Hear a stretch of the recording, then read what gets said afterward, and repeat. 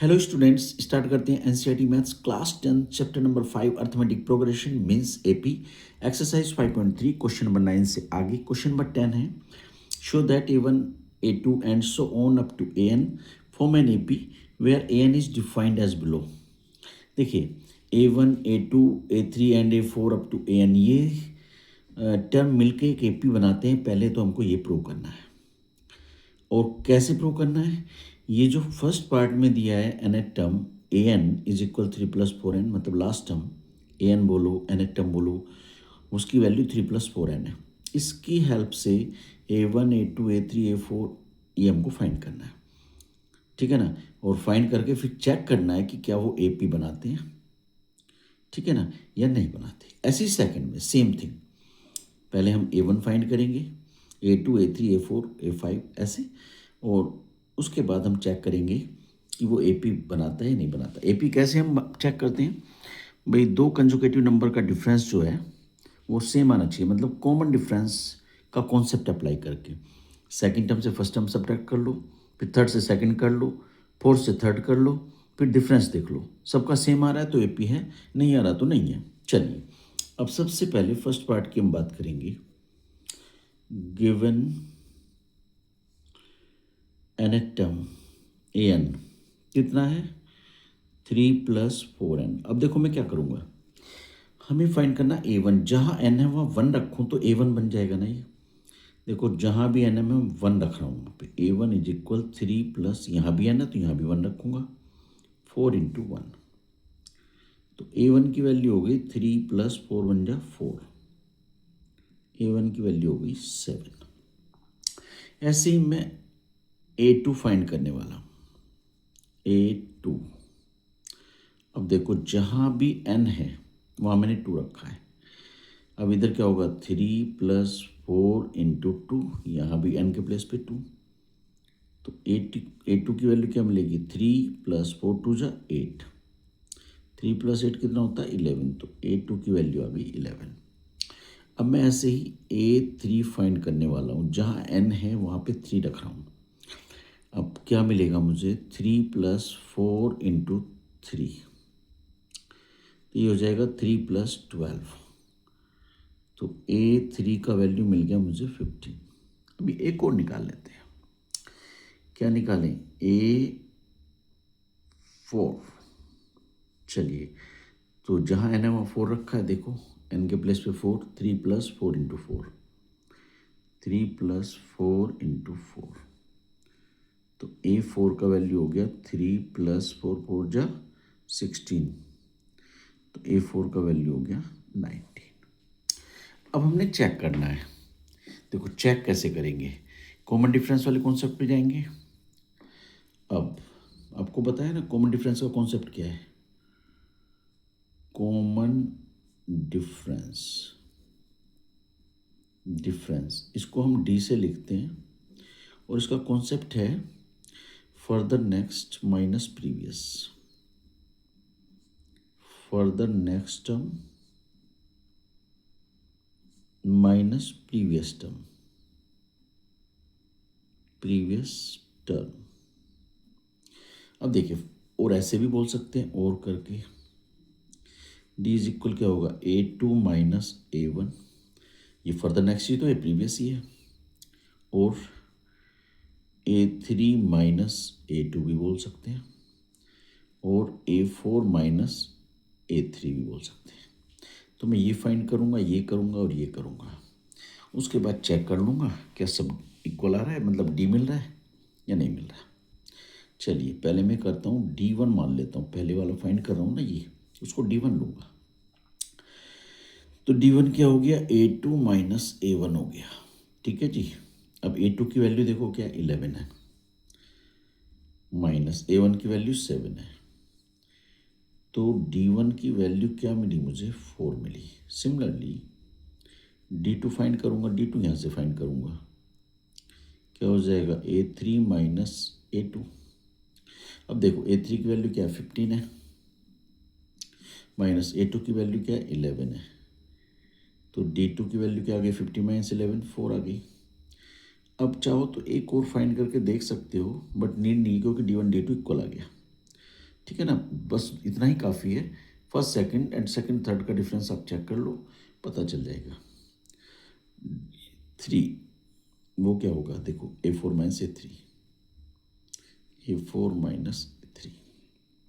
A4 की value क्या है 19, A3 की वैल्यू क्या है 15, तो D3 आ गया 4। अब चेक कर लो, hence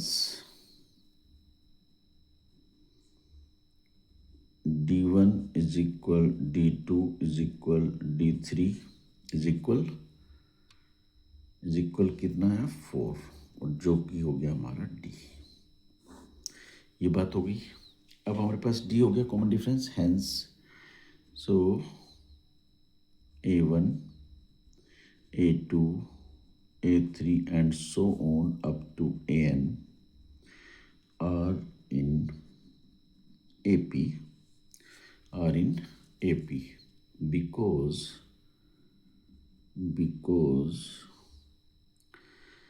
uh, difference between conjugative term is constant, because difference between consecutive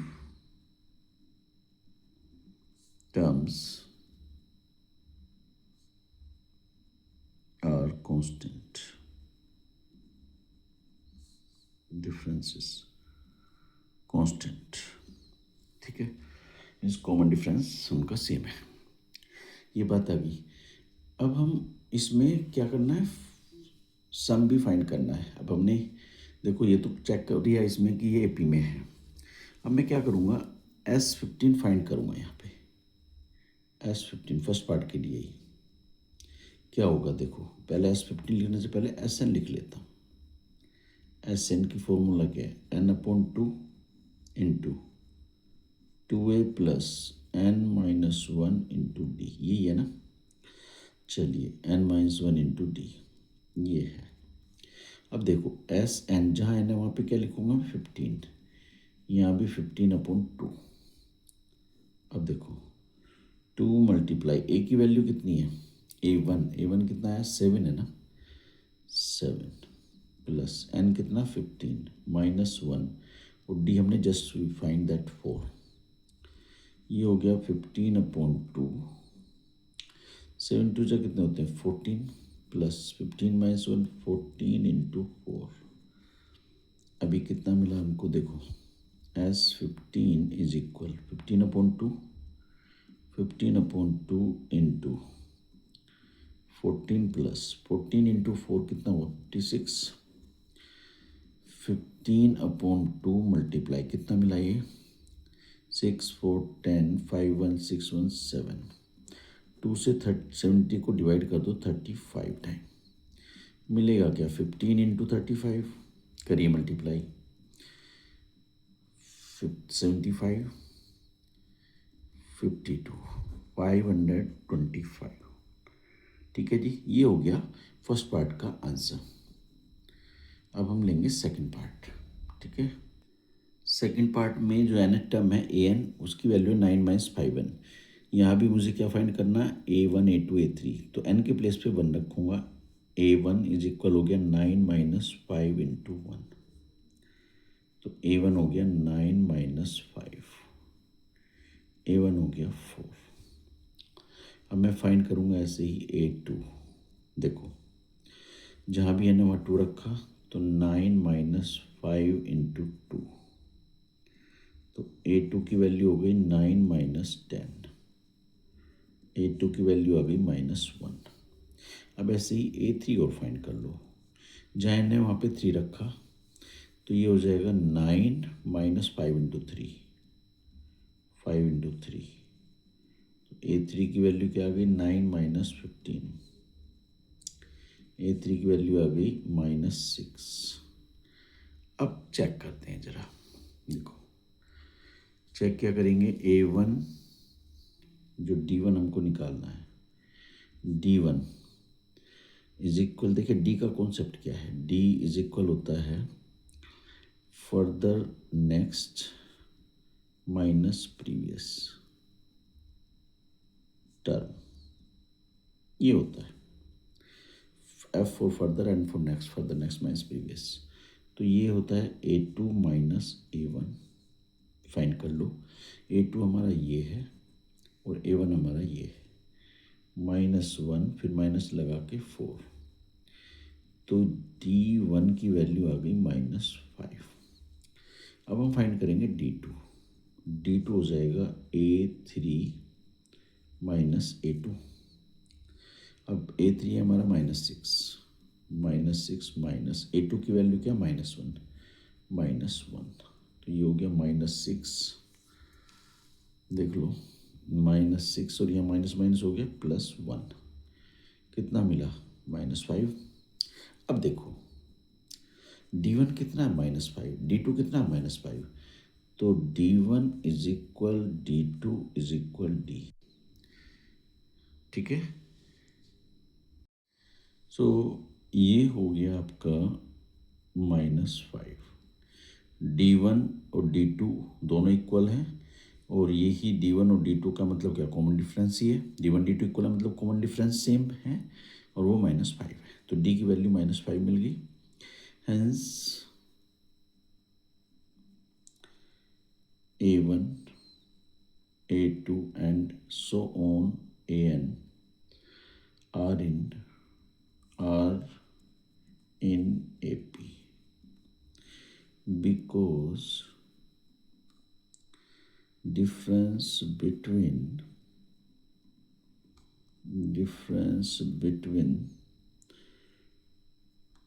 consecutive terms differences between consecutive terms are constant, ठीक है जी। अब हमने निकालना है S15। चलिए S15 फाइंड करते हैं। S15 हमको फाइंड करना है इस सेकंड पार्ट में, इस AP का। तो हमको पता है A हमारा फर्स्ट टर्म जो A1 है, एक्चुअली वो A है, वो कितना है 4 है। D हमको पता है -5 है, एन हमको अभी पता चला कि 15 लेना है, तो SN हम फाइंड कर सकते हैं। फिर SN होता है n/2 into 2A + n-1 into D। अब जहाँ n है वहाँ पे 15 लिखना है, क्योंकि हमें S15 फाइंड करना है। 15/2 इंटू 2 मल्टीप्लाई A की वैल्यू 4 प्लस n के प्लेस पे 15 -1 और D के प्लेस पे -5, ठीक है जी। देखो ये ब्रैकेट के अंदर ही लिखना, बट स्टूडेंट्स यहाँ बहुत गलती करते हैं, बिना ब्रैकेट के लिखेंगे -5। इसका मतलब क्या हो गया, 15 -1 फिर उसमें से 5 सब्ट्रैक्ट कर रहे हो, लेकिन ब्रैकेट लगा दोगे तो मतलब मल्टीप्लाई में है वो, मतलब D की वैल्यू है, ठीक है। और नहीं लगाओगे तो मतलब वो आप सब्ट्रैक्ट कर रहे हो, वो गलत हो जाएगा। 15/2 4 2 = 8, 15 -1 कितना हो गया 14 इंटू -5। अब देखो 15/2 हो गया, यहाँ पे 8 और ये 14 का -5 में करो तो माइनस का हो गया 70, हैं जी, ठीक है। अब देखो क्या मिला, 15/2 इंटू यहाँ से कितना मिलेगा, माइनस का 62, 2 से 62 को डिवाइड करो -31, अब मिला 15 इंटू -31, तो जो आंसर आएगा वो माइनस में आएगा। पहली बात तो 15 1 = 15, 15 3 = 45 एंड 1 46, -465 इसका आंसर हो गया सर। अब चलते हैं नेक्स्ट, देखें question number 11। If the sum of first n term of AP is 4n - n², ये जो हमें फर्स्ट n टर्म का सम मतलब SN की वैल्यू है, ये सम of n term 4n - n², ये गिवन है, ये गिवन है।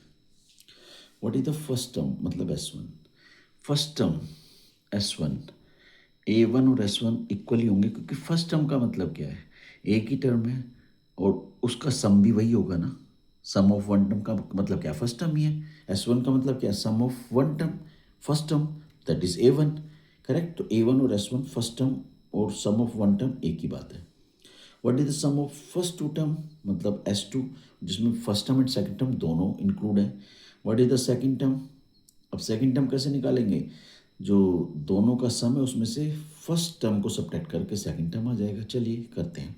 सबसे पहले तो हम S1 फाइंड करेंगे। हम क्या करेंगे, जहाँ n है वहाँ पे 1 पुट करेंगे। तो सबसे पहले S1 n के प्लेस पे 1, तो 4 इंटू 1 माइनस 1 स्क्वायर। तो S1 हो गया 4 माइनस 1 स्क्वायर 1, तो S1 की वैल्यू आ गई 3। ठीक है जी, तो इसका मतलब देखो S1 is equal A is equal 3। समझ में आ गया, ये हो गया S1 इज इक्वल A। एक आंसर तो ये हो गया सर। S1 ही क्या है, फर्स्ट टर्म ही है, क्योंकि S1 का मतलब है सम ऑफ वन टर्म या sum of first term, that is first term only. Okay, ये होगी बात। अब बोला उसने what is the first term, ये हम निकाल चुके। What is the sum of first two term, मतलब S2। S2 का मतलब है sum of first two terms.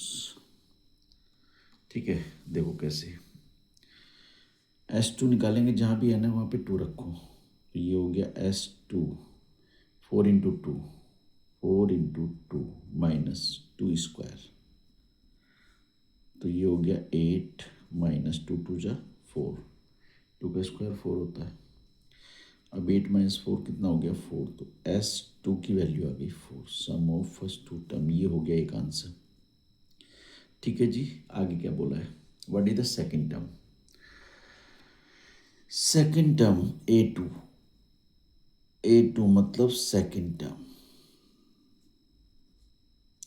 Second term.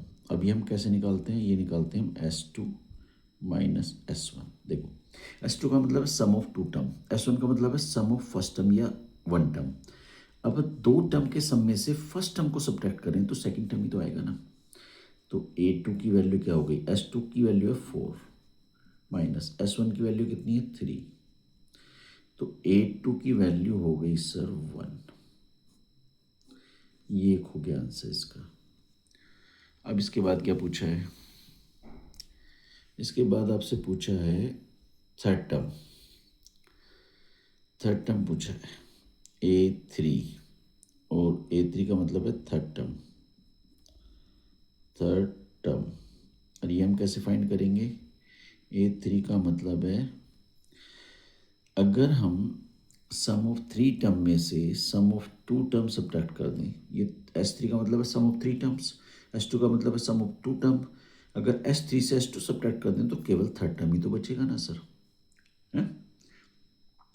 ठीक है, ये तीन टर्म का सम है, टू टर्म का सम है। अगर तीन टर्म के सम में से टू टर्म का सम सब्ट्रैक्ट करो तो थर्ड टर्म ही बचेगा। अब हमारे पास S2 तो है लेकिन S3 नहीं है। S3 फाइंड कर लेते हैं पहले। देखो S3 फाइंड करें अगर हम, जहाँ भी एन वहाँ 3 रखो। S3 is equal 4 into 3 minus 3 square, ये ना SN, ये है SN इज इक्वल है 4n माइनस n स्क्वायर है। तो जहाँ n है वहाँ 3 रखा मैंने, तो S3 की वैल्यू हो गई 4 3 जा 12 माइनस 9। S3 की वैल्यू मिली मुझे 3। ठीक है, तो S3 मिल गया 3 माइनस S2 मुझे पता ही है, ये रहा 4 है, तो 3 माइनस 4, तो A3 की वैल्यू आ गई -1। ठीक है जी, थर्ड टर्म आ गया हमारा। अब क्या चाहिए, टेंथ टर्म। चलिए टेंथ टर्म के लिए चलते हैं आगे। अब देखो हमको पूछा क्या है, थर्ड टर्म निकाले, टेंथ टर्म, एन टर्म। तो टेंथ टर्म का मतलब है A10, और A10 कैसे आएगा, A10 आएगा हमारा S10 माइनस S9 से। सम ऑफ 10 टर्म में से सम ऑफ 9 टर्म में सब्ट्रैक्ट कर लूँ तो 10th टर्म ही तो बचेगा ना। तो S10 फाइंड कर रहे हैं पहले। SN हमारे पास है, ये रहा 4n माइनस n स्क्वायर, तो इसलिए S10 हो जाएगा, जहाँ भी है ना वहाँ 10 रख लो, 4 इंटू 10 माइनस 10 स्क्वायर। 4 × 10 कितना हुआ 40, 10² हुआ 100, ये हो गया -60 S10। ऐसे ही मैं फाइंड कर लूँगा S9, जहाँ n है वहाँ 9 रख लो। S9 हो गया 4 × 9 -9², तो ये हो गया 36 -81। अब कितना मिला, माइनस में आएगा। 11 - 6 5, 7 - 3 4, -45। अब देखो, अब मुझे निकालना है A10, तो ये हो गया S10 - S9। S10 की वैल्यू क्या है -60 माइनस S9 की वैल्यू -45। अब देखो -60 और ये हो गया +45, तो A10 हो जाएगा हमारा -15। ये आ गया A10। अब बचा क्या, अब बचा nth टर्म an हम कैसे निकालेंगे, देखो a + n - 1 × d। अब देखो हमें सबसे पहले क्या चाहिए, A1 का मतलब है a, और जो कि है हमारे पास 3, ये रहा। उसके बाद मुझे चाहिए d, तो d कैसे आएगा, A2 - A1 से हमको d मिल जाएगा, है ना। अब A2 कितना निकाला था हमने, A2 फाइंड किया था 1, और A1 कितना है हमारा 3, तो d की वैल्यू आ गई -2। हमारे पास d भी है, a भी है, और n तो n ही रहना है, तो an = a की वैल्यू कितनी है 3 प्लस n - 1, और d की वैल्यू कितनी है -2, है ना। देख लीजिए, A2 हमारा 1 है, A1 3 है, ठीक है, -2 ये है, तो an हो गया हमारा 3, -2 की मल्टीप्लाई करो, 3 -2 की n में करूँगा तो -2n, -2 की -1 में करूँगा तो +2, 3 + 2 + तो ये हो गया 5 -2n, an की वैल्यू हो गई। ये हो गया इसका आंसर, ये क्वेश्चन नंबर 11 हो गया कंप्लीट। क्वेश्चन नंबर 12 में बोला है find the sum of first 40 positive integers divisible by 6। जब भी इस तरह का क्वेश्चन हो, divisible by 6, divisible by 8, divisible by 4, तो आपको ये बात समझनी है कि वहाँ कॉमन डिफरेंस वही होगा जिससे पूछा गया है कि इससे डिविजिबल हो। 4 से डिविजिबल हो तो उसका कॉमन डिफरेंस 4 रहेगा, 3 से होगा 3 रहेगा, 6 से डिविजिबल होगा तो 6 रहेगा। जो जिससे भी वो डिविजिबल की बात कर रहा है वो उसका कॉमन डिफरेंस है। एक बात तो ये है। अब देखो 6 से डिवाइड होने वाला पहला नंबर क्या होगा, पहला इंटीजर क्या होगा, 6 ही होगा ना। तो पहला 6 हो गया, फिर 12, फिर 18, 6 के डिफरेंस ही आएंगे ना, and so on 40 40th term, ठीक है ना, ऑफ दिस AP अब तो 40th term of this AP, ये हमको पता है। 40th टर्म कितना वो नहीं पता, बट 40th टर्म तक हमको ये लेना है AP, ठीक। अब देखो इसमें A क्या हुआ, A हो गया हमारा 6। अब D कितना है, मैंने बताया था जिससे डिजिबल हो वही उसका D है। वैसे भी निकालो 12 - 6 लिखोगे तो D कितना मिलेगा, 6 ही मिलेगा ना। और ये नंबर ऑफ टर्म्स हैं, कितने टर्म लेने, 40, तो n = 40। हमारे पास सारी चीज़ें हो गई, A हो गया, D हो गया, n हो गया। तो अब इजीली हम क्या निकाल लेंगे, SN का फॉर्मूला लगाएंगे, S40 निकाल लेंगे, n/2 into 2a + n - 1 into D। अब देखो n के प्लेस पे क्या लिखूंगा मैं, 40, जहाँ भी है ना क्या लिखना मुझे, 40/2, 2 इंटू a की वैल्यू कितनी है 6, प्लस n के प्लेस पे 40 - 1 और d के प्लेस पे 6। अब देखो 2 से 40 को डिवाइड कर दो 20 आएगा, इंटू 6 2 ज़ा 12 प्लस 40 - 1 39 इंटू 6। अब देखो ये हो गया 20 इंटू 12 प्लस 39 का 6 में करिए मल्टीप्लाई, 6 9 ज़ा 54, 6 3 जा 18 एंड 5 23। अब कितना मिला 20 मल्टीप्लाई, इनको ऐड कर लो 4 2 6 3 1 4 246, करिए इनकी मल्टीप्लाई 0 12 9 4। देखो 0 2 6 जा 12 2 4 जा 8 1 9 2 2 जा 4, ये हो गया इनका सम S14। ठीक है, आई होप समझ आ गई होगी बात। देखिए क्वेश्चन नंबर 13 में पूछा find the sum of first 15 multiples of 8, या ये भी बोल सकता था जैसे प्रीवियस क्वेश्चन में बोला है find the sum of first 15 positive integers divisible by 8। मतलब एक ही है, 8 से डिवाइड होने वाले या 8 के मल्टीपल, एक ही बात है। डिवाइड होने वाले जो डिवाइड होंगे वही तो मल्टीपल होते हैं ना, करेक्ट। मतलब उसने थोड़ा ट्विस्ट कर दिया, सेंस वही है। तो हमारे पास 15 मल्टीपल्स पूछे हैं किसके 8 के। अब बात समझ में आ रही है। तो हमारा फर्स्ट जो नंबर डिवाइड होगा 8 से वो क्या होगा, फर्स्ट मल्टीपल क्या होगा 8 का, 8 ही होगा ना। जो 8 से डिवाइड होने वाला पहला नंबर क्या 8 है, फिर दूसरा क्या होगा 16, फिर 24 होगा एंड सो ऑन, कितना 15 टर्म्स ऑफ दिस AP। ऐसी बात है ना। अब देखो ए क्या हुआ इसमें, ए हो गया हमारा 8, डी भी हमको पता है 8 है, एन हमको पता है 15 है, आराम से निकाल लेंगे।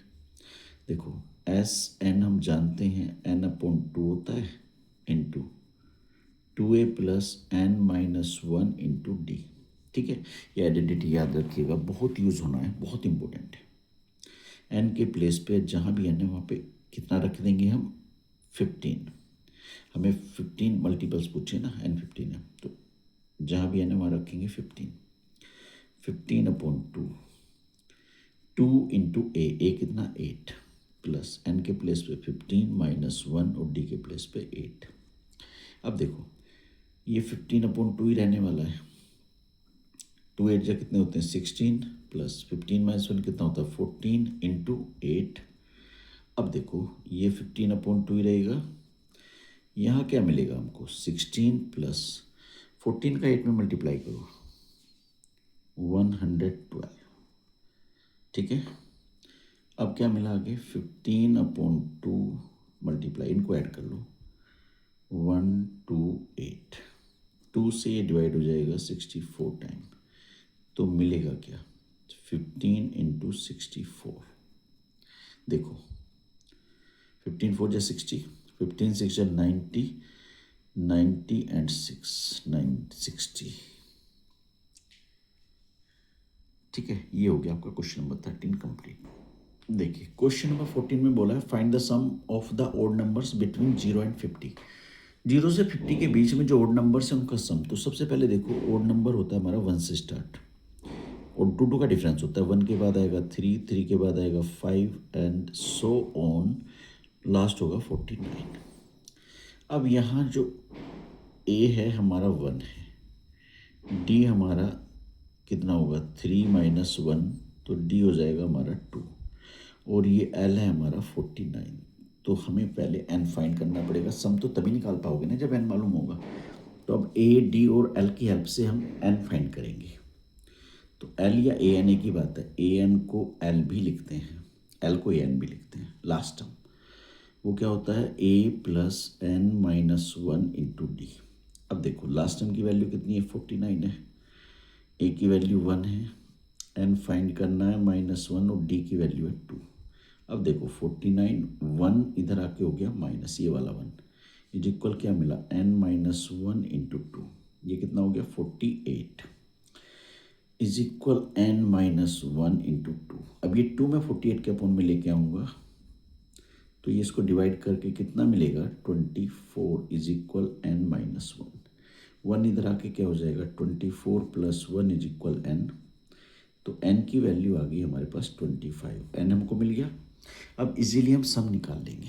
देखो एस एन होता है हमारे पास n/2 2a plus n minus 1 into D, ये होता है। अब हमें n कितना 25, S25 is equal 25/2 into 2 into A की वैल्यू कितनी है 1 प्लस एन के प्लेस पे 25 माइनस 1 और डी के प्लेस पे 2। अब देखो ये 25/2 ही रहेगा, 2 1 जा कितना होता है 2 प्लस 25 माइनस 1 होता है 24 मल्टीप्लाई 2, ये 25/2 और यहाँ क्या मिला हमको 2 as it is plus 24 into 2 हो गया 48। अब क्या मिला 25/2, इन दोनों को कर लो ऐड, 48 प्लस 2 हो गया 50, 2 से 50 को डिवाइड कर दूँ 25 टाइम, क्या मिलेगा 25 इंटू 25 और ये कितना हो जाएगा 625। तो ये हो गया इसका आंसर। Question number 14 complete.